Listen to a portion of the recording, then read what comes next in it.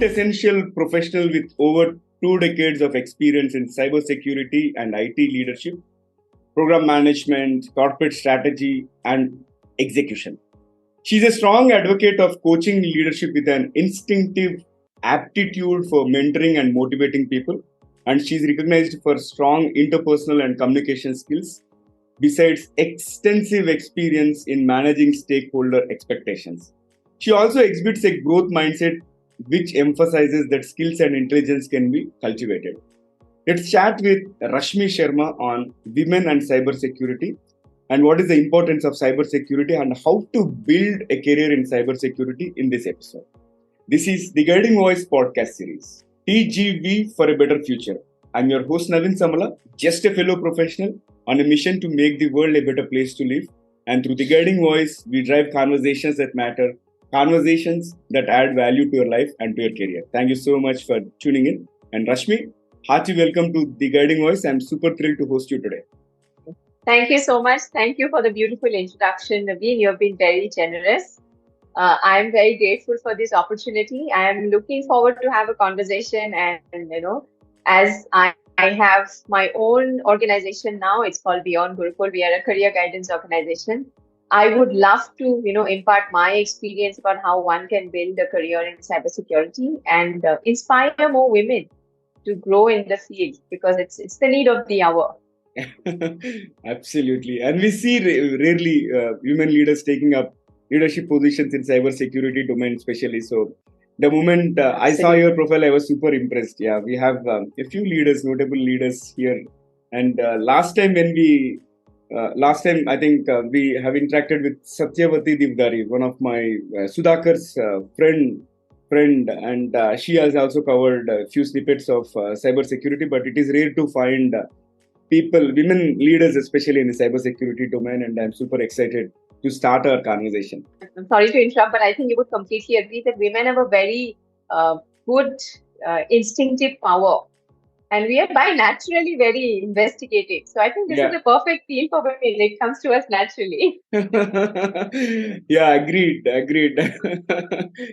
Great. So on that note, let's move ahead. And you worked as a leader in cybersecurity and you were part of IT and now you have ventured into your own organization. So can you share the top 3 milestones in your overall career journey? How things have evolved? Okay, what kind of turning points or milestones have happened and which helped you to become what you are today? Absolutely. So believe it or not, as a professional, as per qualification, I'm actually an aeronautical engineer. So when I graduated, unfortunately, there was a horrible recession period across the globe, and we were struggling to find a job. While after graduation, I was very curious to find out where I can apply. Including the entire aviation industry was not doing so well. So, but I also did not want to continue seeking money from my parents. They have already paid my education and they have to cover my siblings. So I decided that I'll take up a job, no matter what it is, and continue pursuing my pursuit for aviation, right? So I took up a job as a telemarketing executive. That was my first job and I worked for 3 months. Fortunately, while aviation did not work out, I managed to grab another role at AXA Business Service. And my first significant milestone, I would say, is AXA sent me to the UK for a process training and migration. And that was my first international exposure and new culture, introducing myself to new culture. That gave me immense learning experience. How do you adapt to situations, right? So that was my first significant milestone I would talk about. Second one I would say is while I grew at AXA, I was there for 5+ years and I was growing every year. I decided that I should try something new. There was an opening with Cisco in a contractor role for network implementation project manager, and I knew zero things about networking, but I anyway decided to give it a shot, and that was amazing. I grabbed the role because of who I am as a person and not because of my networking skill, of course. In terms of network implementation skills, so they said we will train you, and they did, and I was very happy that I tried something new, and that was amazing. 5 years into the role, I did very well. I gained plenty of exposure into infrastructure, did large scale projects. And eventually, I was consumed into, I applied for the information security project manager's role. Again, information security was new to me, but I got the role. It was again trying for the second time is something which I don't really know, Mm-hmm. and that gave me the basic foundation of cybersecurity. I was successfully able to manage large scale security programs, projects, and even an operations team. Also ended up, interacting with a lot of customers, giving them demonstrations, etc. So overall, that was my significant milestone. That try something new, don't hesitate, right? Like we always pull ourselves back, thinking that we are not good enough, but they're just looking at you as a person, what you bring to the table, and that's what it was. The third and the most dear milestone has been starting Beyond Gurukul. So while I, progress in 21 years of my career, I always have been passionate about people. It comes very naturally to me. A lot of mentorship, a lot of people I have worked with, and during my journey, I knew that I want to do this, make a difference. So I got together with my business partner, and because we shared the common passion, we started Beyond Gurukul, and there has been no looking back. It's been 18 months. Mm-hmm. There's a steady progress. We are happy in the journey. So yeah, Awesome. these are my three significant milestones. Yeah. So one thing that caught my attention is when you may not be 100% ready for a particular role, but still we should not constrain ourselves from moving forward. I think Absolutely. that is very, very Absolutely. important. Many a times people make a mistake, okay, when they look at the job description, the roles and responsibilities, saying that, hey, it is matching only 20% or 30%. But it's okay. Like you can take a stab because all you're trying is making an attempt. And if things work out, you will Absolutely. learn on the job. Good one. What's the worst that can happen? You won't get the job. But That's trying it. will at least give you that exposure, right? It's Very true. practice sessions. So yeah, why not? Very true. Okay, so in this 21 years of corporate experience plus 18 months of entrepreneurial journey, so overall, what are the top three things that have contributed to your success so far? Like, what would be your top three success mantra? My top three success mantra are very simple. The number one is whatever you do it the best. Even when I was working as a telemarketer, my first ever job, which gave me bread and butter, I did it so well that I was able to make sales, cold calls, right, from the very first day, and which actually put me in a better position. They told me, why don't you start training? So I would be off calling floor and start training people. So it's okay. You might not be doing exactly the job you really want to do, but do it with your best effort because you will learn and you will make a significant difference. That is my first mantra. Number two is networking with people. Meet people, increasing your network. Don't hesitate to ask the question or go up to someone and say hello because that you never know what opportunities it opens up to you. So networking is essential part of our lives, and you can't isolate yourself from anything anymore. And being adaptive to change. Things change, and everybody knows that, especially during the pandemic period, right? You and I, all of us have gone through that. Suddenly you're going to office, suddenly you're not, and suddenly you are going out, and suddenly you are homebound for 7 months. So it's crazy. So change is inevitable. So as long as you are adapting, because world is changing rapidly, Yeah. you will be fine. So these are Hmm. the three simple success mantra I would say. Hmm. Simple but profound and and super impressed. Thank Yeah. you. Good one. And let's move forward, Rashmi. In this 18 months of entrepreneurial journey, what are some toughest lessons that you have learned? Especially the obstacles which you might have not foreseen, which you have not anticipated, but suddenly you are there and you have to overcome them. Oh, there's been a lot of lessons learned. I would say that, when you want to start something, the first hesitation would come is, oh my God, is it going to work or not? Overcoming that is the first lesson and just doing it. And the whole entire process of how exactly a registration works, what are the different things related to, finances, then your GST registration, working with a chartered accountant, or, building your first contract, a lot of learning experiences, but I wouldn't call them really tough. It's about putting your hands there and getting down and dirty to get the work done. I would One thing I would call out, Naveen, and you would agree to it, it's like overcoming the salary addiction, that is the hardest lesson that you need to learn when you're starting something. 21 years, month on month, without a single break, you are getting a paycheck by end of the month, and suddenly it just stops. So it is a lot to accept. Yeah. So, but as soon as you realize that this is not a sprint, it is a marathon, Yeah. it really helps. So slowly start, it progresses slowly, it happens. It's a marathon. So do it slowly, slowly, and it progresses eventually. So I would say my toughest lesson has been to get adapted to the whole thing and accepting that I need to work hard to generate business together. So yeah, that's how it has been. I loved it. Overcoming the salary addiction. Yeah, I'm just imagining like how would that situation be, and things are not so clear. I can really imagine like how it sounds. Good. And with that, let's switch to the core of today's conversation. Rashmi, Sure. what is it? How, like when we talk about the cyber security, I've seen like the importance of cyber security has grown right over the last 2 decades. So why is it so, Yeah. and how has the importance uh, grown? Oh my God. It has been tremendously changed in the over 2 decades, right? Making security an integral part of our lives now. How organizations used to operate earlier is completely different how they are today.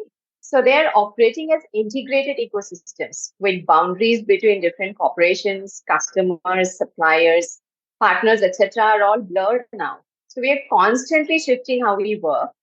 And you and I both know that hybrid work culture is here to stay. As much as technology is enabling the connectivity, everything is connected now, right? Whatever we do, we can do from the comfort of our home. You can even switch on your ACs and fridges and heaters from your phone. That's how Internet of Things has made it possible. Yeah. Data is the new oil. Yeah. Everybody and anybody is just trying to steal information from you, whether it's intellectual property of an organization, whether it is your personal information, customer information, trade secrets, you name it. Everything is up for exploitation. As much as it has made us progress and expand, it also has put us in a very, very vulnerable space. For every good, there is always an evil. So, as much as we are growing, the perpetrators are also equally getting very, very powerful. They can now steal, compromise, terrorize using technology. How many times have you heard of those ransomware attacks and identity theft? And simple things like I know, I'm sure that even in your friend circle, you will see people say that, okay, somebody has stolen my identity and created another Facebook or Yeah. Instagram account. So That is a it's trending not thing. the same. And exactly. Especially if you're popular, you should look out for it, Naveen. You're quite popular. You never know when somebody else. So No, already it happened to me. you Like someone created oh, you Insta did? profile already, like last year, and I Oh have my alerted God. all my friends. Yeah. Actually, people are the weakest links, Yeah. and we are very easy to exploit. Yeah. So, and how organizations were functioning before. Security used to be an afterthought. It no longer can be, right? It has to be integral part of everything an organization does. You're Mm. building a product, you can't look at security now as an after product. After the product is ready, look at how secure it is. It has to be from the time it started. Anything, you're Yeah. building a process, you're developing a software, everything is integral part of it. And we need to be more aware of what are the vulnerabilities around us. Yeah. And to cultivate a security mindset, it can only happen through awareness. Now, if you see, all of us are all the time on our mobiles. Every single individual has a mobile phone. In remotest of villages, if you say, right? Yeah. Anyone. And our helps, our drivers, and even in the remote villages, they are doing TikTok videos and uploading. Everything is connected nowadays. But those people do not have an iota of understanding in terms of what is security. So it is important, and it's very, very important for our children to be aware of, because they're constantly on cell phone. Yeah. So now security awareness needs to be part of education system, starting, I would say, from primary and the most Mm. basic level. That's how security has changed so far.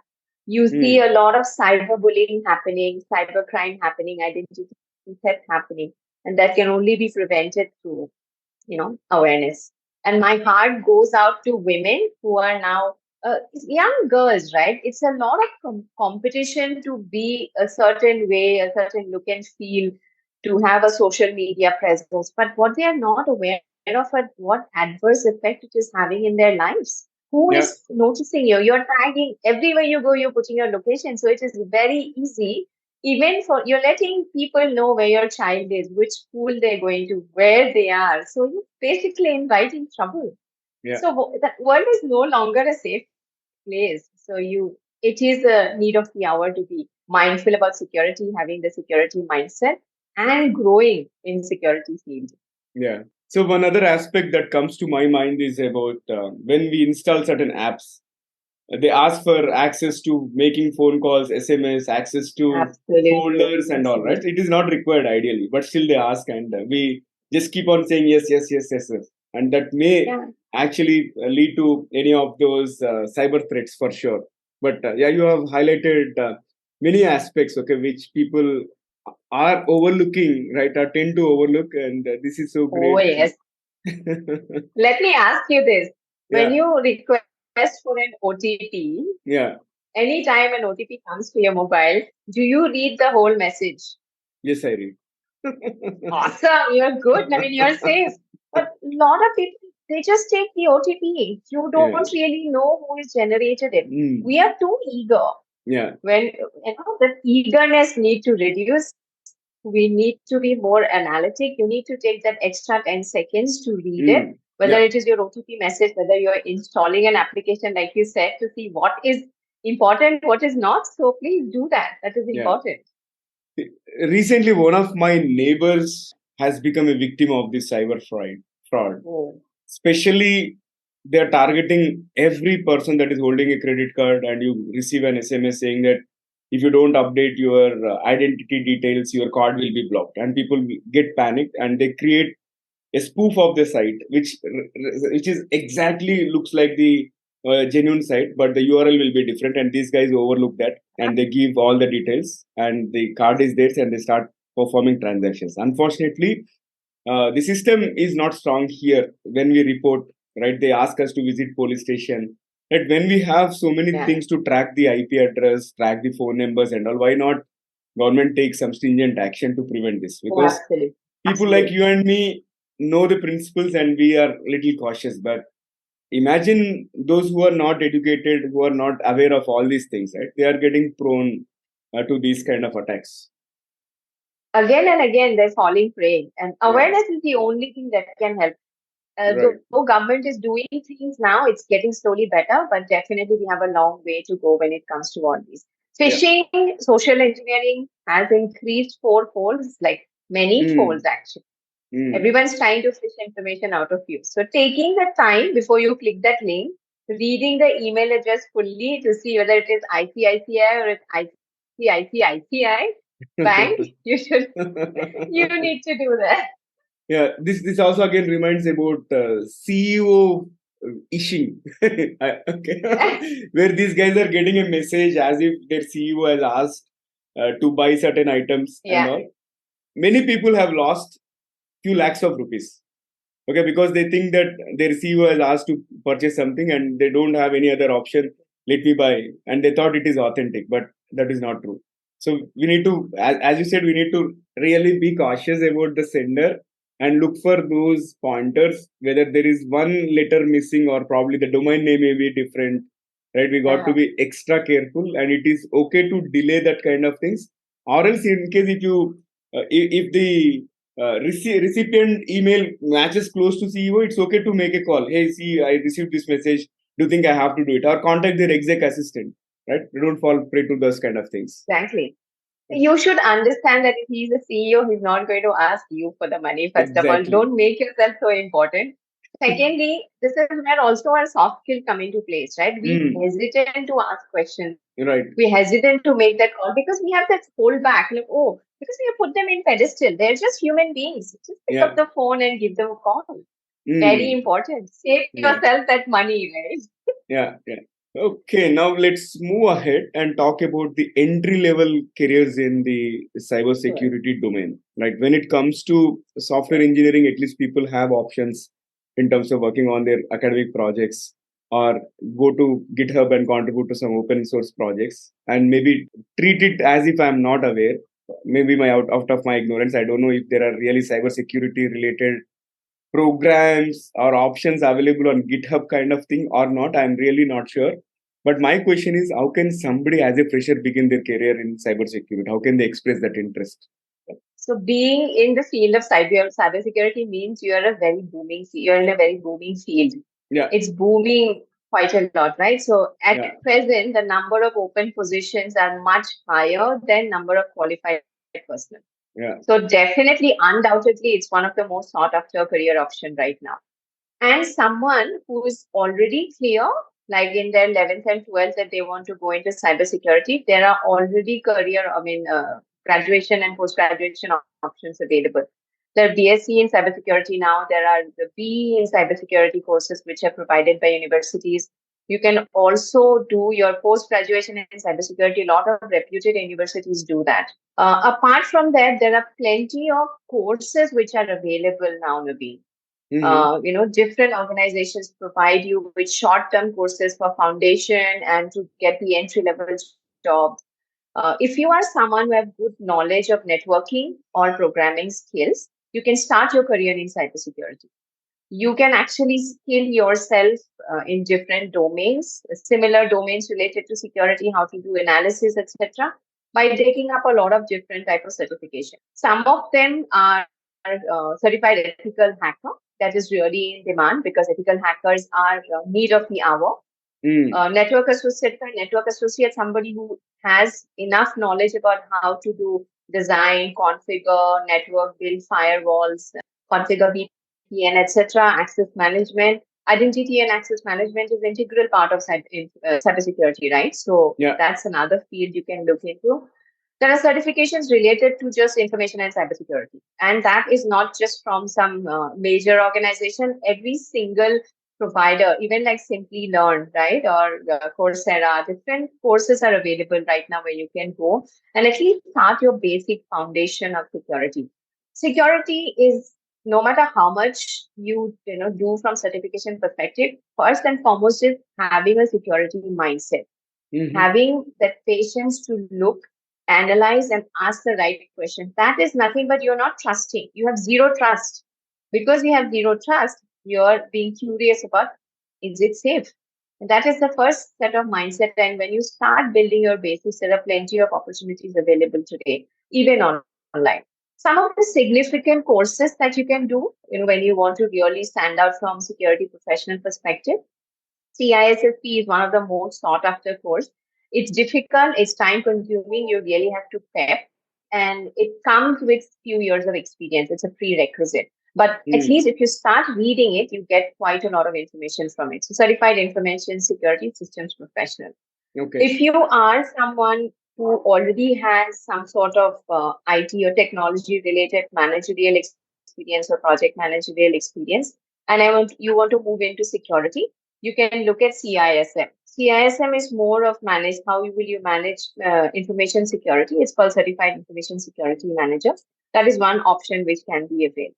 If you're someone who are into auditing or risk Mm. management, you can take up courses like CISA, Certified Information Security Auditor. Yeah.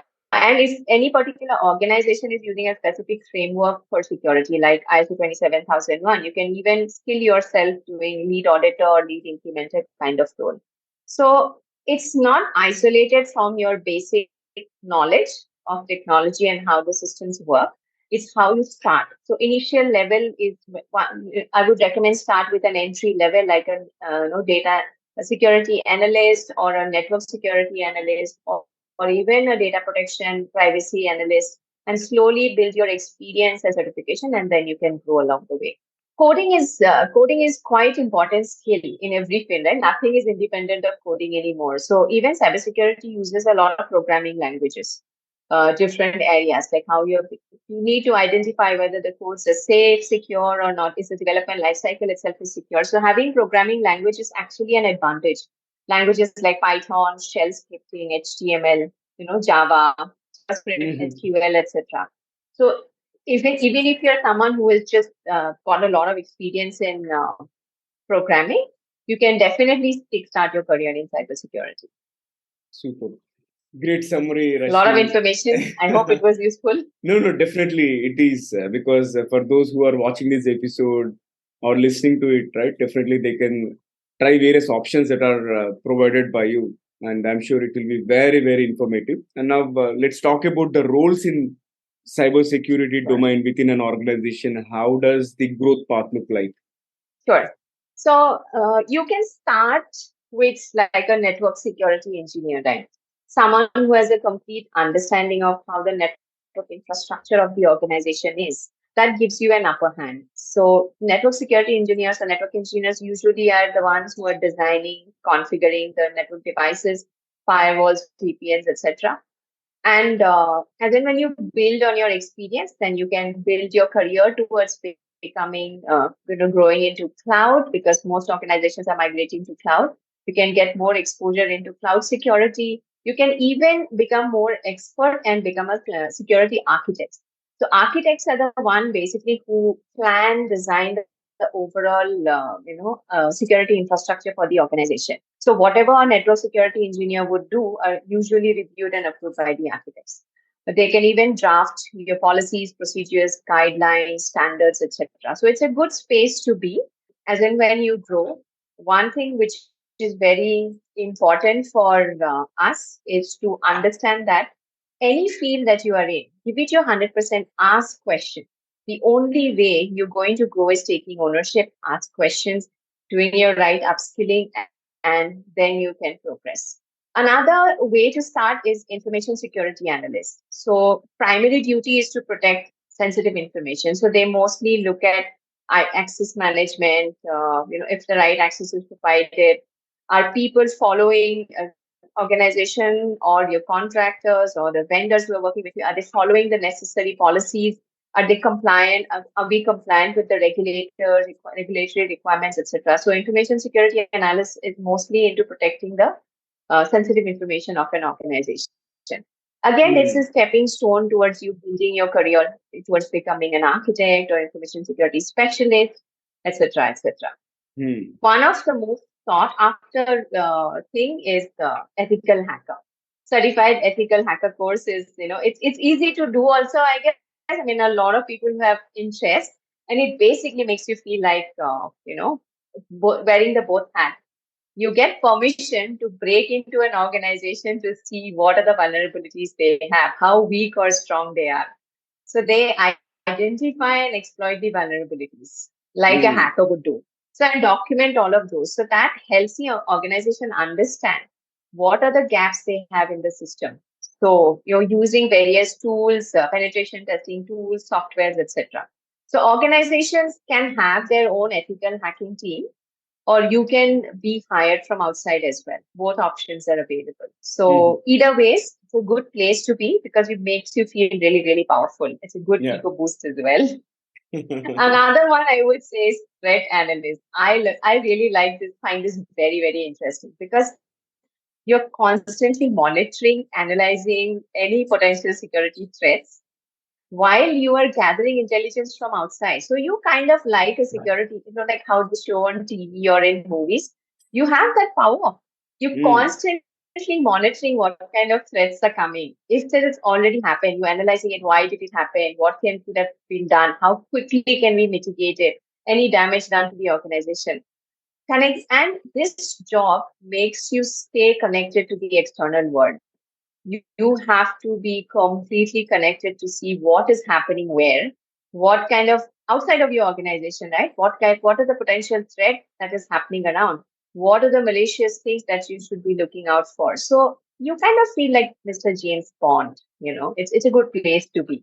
Then it helps you with research as well. You can grow into becoming a security research specialist and things like that. So growth wise, it's another good place to be. And ultimately, if you are someone who wants to become in a managerial role, you can look at cybersecurity managers, and we will look at options like SOC, like Security Operations Center. The Security Operations Center usually have people who are doing the threat analysis, monitoring the malware, etc. So you can become a manager in that front as well. So growth options are plenty. It definitely adds value if you do relevant certification, and also adds value to add up experience and what external connectivity do you have? How much do you network? So yeah, it's about treating each role individually, taking ownership of it and learning and growing with it. I hope I was able to answer your question. Absolutely, Rashmi. This is quite comprehensive, and I'm loving the conversation. So great insights. So you mentioned about certified ethical hacker, and ethical hacking has gained a lot of boom and momentum these days. So I'm just wondering, how does this ethical hacking help in dealing with the cybersecurity, Rashmi? Sure. It's absolutely a phenomenal thing because ethical hackers and penetration, or known as penetration testers, they need to think and act like criminals, but with the permission of the organization. So they're Mm-hmm. trusted to document the security vulnerabilities they find, and they're not Mm. supposed to steal it. So that is important. So companies normally hire ethical hackers to probe their network, their entire security infrastructure. Basically, it could also be specific applications or products they develop to basically go into it, hack into it, and see what is it hackable. First of all, what are the vulnerabilities, what are the different malicious things that a hacker would do from outside. If, as a person who is hired by the organization, I am able to do that first and identify those gaps, then organizations can actually spend time proactively to mitigate those so that they prevent any external hacking from happening. So that is very important. Basically, simulating how a attack would happen from an external source, but Yeah. it is done by someone who has the permission to do it. And any attempt to breach, which could be done by outside, is already identified beforehand. So it's a win-win situation, right? Yeah. You're Yeah. spending that penetration testing money to help prevent a major financial loss or a loss to the brand image. So that's Yeah. why they are quite important. An Mm. interesting field to be. Yeah. And is it a full time role, or are they kind of gig workers who work? Both ways. There are gig Okay. workers who work as well. There Mm. also can be employed as ethical hackers, Mm. and the remuneration is quite good. There are people also who just do it for fun, that they will just hack into a particular platform Mm. and in a friendly manner, and they will inform the organization that I've identified this vulnerability in your platform. So usually they are recognized for it with a certificate or with some monetary compensation. So it works both ways. So there are Yeah. gig workers who just do it voluntarily, but in most cases, organizations hire them to do it. Yeah. I think bug bounty program is one of its kind, right? Find the Yes. vulnerabilities and Yeah, it is also bugs as well, right? correct. Yeah. Good one. Yeah, And and then get paid for it. yeah, I think ChatGPT has recently announced. In case if people find vulnerabilities, they get Yes. anywhere between $200 to $20,000, depending on severity of the bug or the vulnerability. Yes. Okay. Absolutely. Yeah, great. There are Very smart many way to be secure, opportunities. actually. Right, Yeah, right, right. absolutely. And that also builds confidence about the system and the public perception, right? Yeah, yeah, totally. Yeah. Because it creates a great positive mental image about the company. Okay, now here comes my next question. So far, we have been talking about cybersecurity mostly from the professional front, but from the personal front, if I were to ask you a question, how can someone, a normal person, can keep an eye on the security risks that are involved, and how to keep oneself up to date about the threats? At least in IT world or in the corporates, since security team does the job of finding out the recent vulnerabilities and what kind of threats are coming, and we will get some email notification and we will be up to date. But how can a common Yeah. man be up to date about the security risks slash threats? So, being actually, you can find a lot of information online, read about it. Do probably, if you're someone who is curious to keep yourself up to date, you can just check what are the latest threats that are happening and what are the simple awareness you should be, familiar with. most things that you sign up for, like a platform or a website, they have their policies called out in their websites. Nobody has the patience to read it, but it is actually quite important to read those if you're someone who wants to keep yourself up to date. And they are laid out in the most simple terminologies, layman's language for you to understand.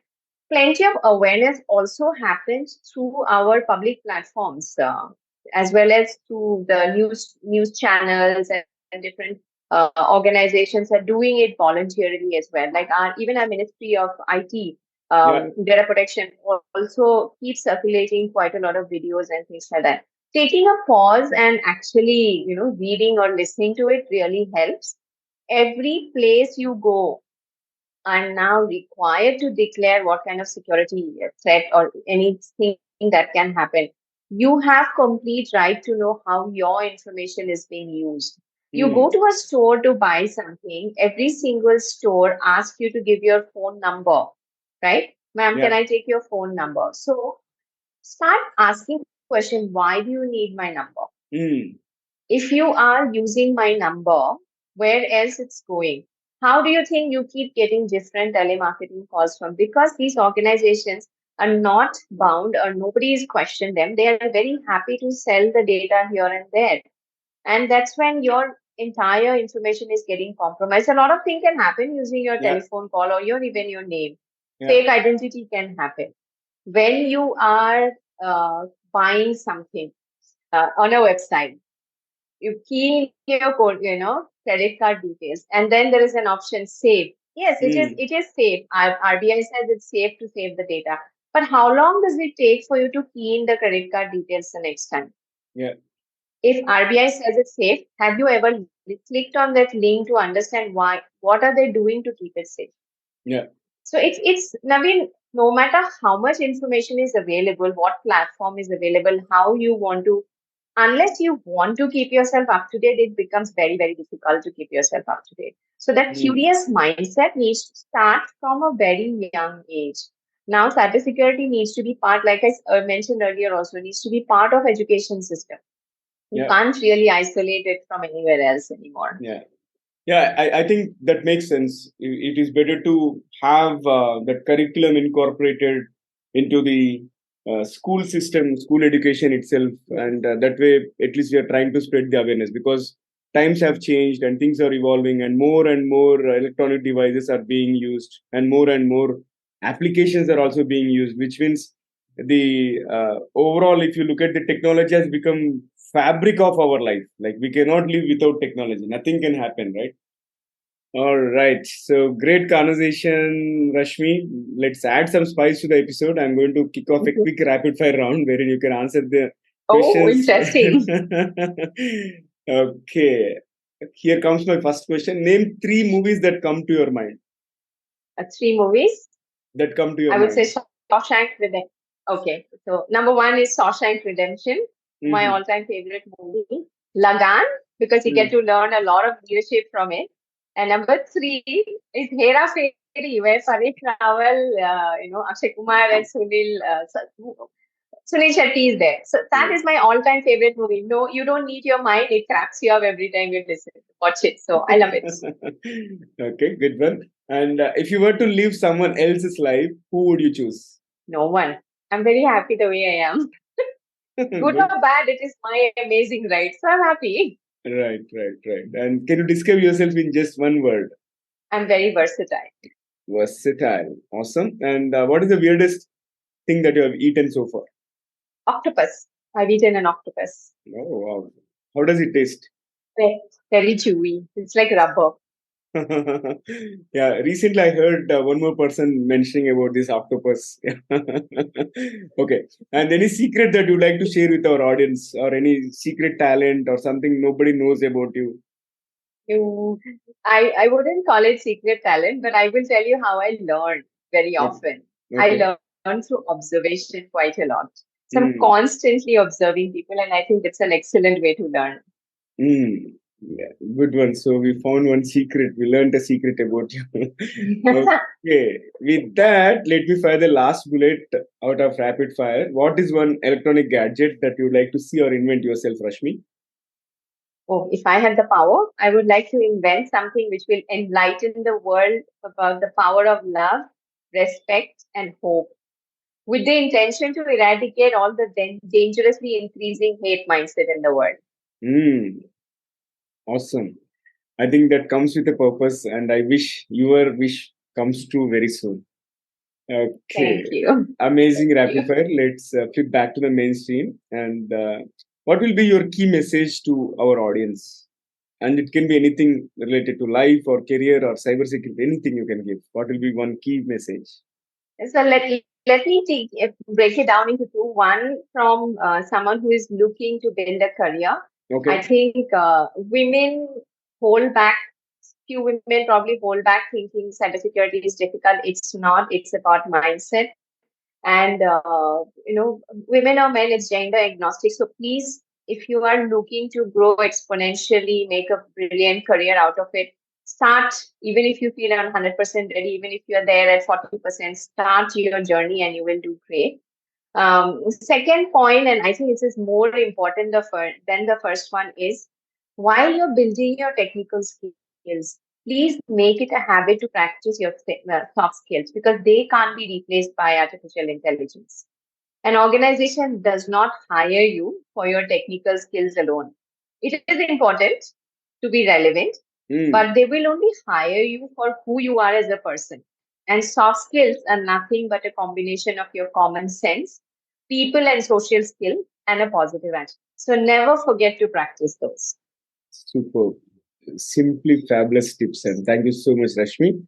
And before I let you Thank you, go, Naveen. do you want to share any feedback on how was your experience being hosted on the Guiding Voice platform? I had an amazing first podcast. Thank you for this opportunity, Naveen. The questions were very relevant, and what I like was a two-way interaction. You contributing and helping me form my thoughts, so that's really great. And I think you're doing a fantastic job. I have been following your page, your podcast, and the plethora of people. I mean, the experience people bring. It's brilliant, and I know that you're expanding in Hindi as well as in Telugu, even covering regional languages. I think it's a brilliant move. And I wish you all the best. Keep what you're doing it very, very well, and keep growing. Thank you. Thank you so much for your kind words. And also on this note, I would like to thank Hina for introducing me to you and making this conversation happen. And also thanks to Absolutely. you for introducing a few Absolutely. other guests for teaching me Hindi as well as English. So really appreciate it. And also I appreciate all the time and insights that you have shared with our audience today. And thank Sure. you so much. All right. So folks, Thank you, Naveen. folks, that was our episode with Rashmi Sharma. And before we move into the trivia section, here's a request to you. If you haven't subscribed to us already, please subscribe to us from wherever you have tuned into. In case if you are listening to this podcast episode from on Spotify or Apple Podcasts, request you to follow the show, and also, if possible, leave a rating or review because it will help us reach wider audience. Also, if you have loved this episode and found the conversation useful, please share with at least three of your friends or colleagues who can benefit from the guidance. Thank you so much in advance. Now, let's cruise into the trivia segment of today's episode. Today, we have briefly covered about the cyberbullying aspect. Rashmi has mentioned cyberbullying is one of the things which many girl children are prone to. So, I would like to present a few facts about cyberbullying. And about 37% of young people between the ages of 12 and 17 have been bullied online, and 30% have had it happen more than once. In fact, 95% of the teens in the US are online, and the vast majority access the internet on their mobile device, making it the most common medium for cyberbullying. And about 23% of the students reported that they have said or done something mean or cruel to another person online. And 27% reported that they have experienced the same from someone else. And girls are more likely than boys to be both victims and perpetrators of cyberbullying, and about 15% of teen girls have been the target of at least four different kinds of abusive online behaviors compared with 6% of boys. Likewise, if you have any interesting stats to share regarding cyberbullying, feel, please feel free to share. Also, if you have any interesting security hacks to protect ourselves, please feel free to leave your comments if you are watching it on YouTube, or you can reach out, or else you can comment on social media wherever you have found this episode. Thank you so much for joining me, guys. And do not forget to share your topic recommendations and also guest speaker suggestions through social media, or email me at theguidingvoiceforyou@gmail.com. I'm your host Naveen Samala, just a fellow professional and a passionate learner on a mission to make the world a beautiful place to live through conversations that matter and conversations that add value to your life and to your career. Until next time, bye bye. Signing off for today. See you all in the next episode with another amazing guest.